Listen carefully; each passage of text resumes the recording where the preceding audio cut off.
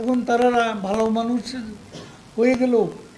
FBI Dhaka এসে সাক্ষ্য দিয়ে গেছে। তারপরে আমেরিকা যাওয়া তারেক রহমান নিষিদ্ধ, সে তো আমেরিকানদের রিপোর্টের ভিত্তিতে হয়েছিল।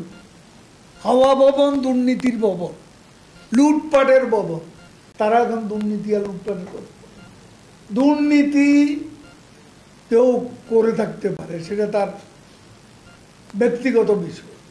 আমার কথা হচ্ছে সরকার এখানে নির্বিকার কিনা।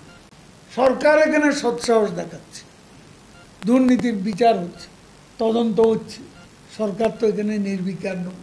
সরকার তো বিএনপির মতো ইম্পিউনিটি কালচার বাংলাদেশে প্রধানমন্ত্রী শেখ হাসিনা এই ইম্পিউনিটি কালচারটা গড়ে তোলে, সেটা হচ্ছে বড় কথা।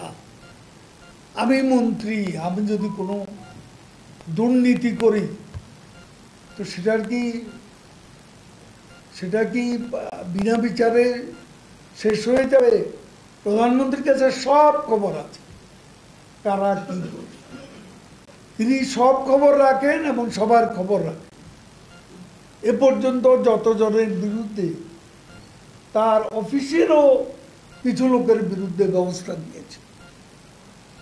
বিএনপি আমলে, এই লুটপাটের আমলে তারা কি তাদের কোনো লোককে শাস্তি দিয়েছে? সরকারি অফিসের কাউকে শাস্তি দিয়েছে? প্রধানমন্ত্রীর অফিস ছিল দুর্নীতির আর এক কেন্দ্র।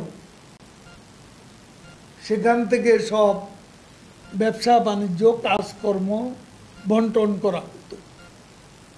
হাওয়া ভবনের নির্দেশে চলত বাংলাদেশের প্রশাসনের একটা বড় অংশ।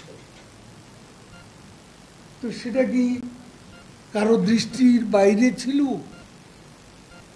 সবাই কি সেটা জানে না? এখন ভালো মানুষ হাজার চেষ্টা করছে। এখন দুর্নীতিবাজদের জনপ্রিয় বলা হচ্ছে।